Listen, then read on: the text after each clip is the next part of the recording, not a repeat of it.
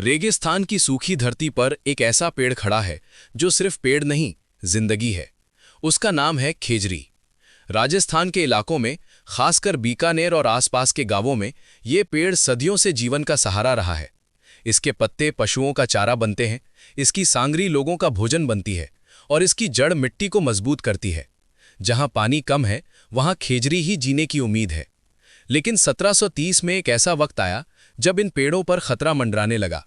राजस्थान के एक छोटे से गांव खेजरली में राजा के हुक्म से सिपाही लकड़ी काटने पहुंच गए। महल के निर्माण के लिए खेजरी के पेड़ चुने गए। गांव के लोग हैरान थे।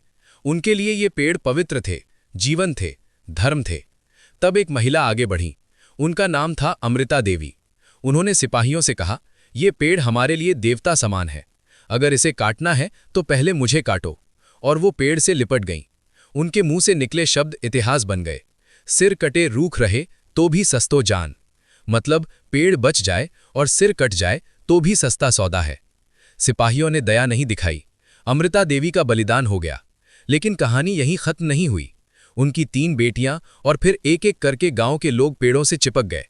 कुल 363 बिश्नोई पुरुष और महिलाओं ने अपनी जान दे दी, लेकिन पेड़ नहीं छोड़ा। यह दुनिया का सबसे पहला डॉक्यूमेंटेड ट्री प्रोटेक्शन मूवमेंट माना जाता है। इस बलिदान की गूंज इतनी तेज थी कि आखिरकार राजा को हुक्म वापस लेना पड़ा। खेजरली के पेड़ बच गए और उन शहीदों का नाम इतिहास में अमर हो गया।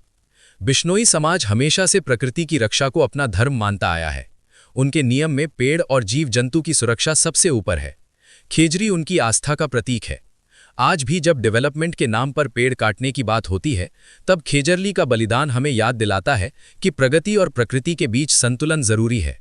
बिना पेड़ के हवा नहीं, बिना हवा के जीवन नहीं। सवाल यह है कि क्या हम उन 363 बलिदानों की विरासत को आगे बढ़ा रहे हैं या सिर्फ कहानी सुनकर भूल जाते हैं। खेजरली मूवमेंट हमें सिखाता है कि एक आम इंसान भी इतिहास लिख सकता है। हिम्मत यूनिफॉर्म या ताकत से नहीं, नीयत से आती है। जब एक महिला पेड़ से लिपटकर कहती है कि पेड़ बचाना जान से भी ज्यादा जरूरी है, तब दुनिया को रुक कर सोचना पड़ता है। आज जरूरत है कि हम भी प्रकृति के प्रति जिम्मेदार बने। हर पेड़ जो हम बचाते हैं वो कल की सांस बचाता है। हर आवाज जो हम उठाते हैं वो किसी जंगल को बचाने की ताकत बन सकती है। खेजरली के शहीदों का संदेश साफ है, प्रकृति के बिना कोई भविष्य नहीं, और जब पेड़ बचेंगे तभी इंसान बचेगा।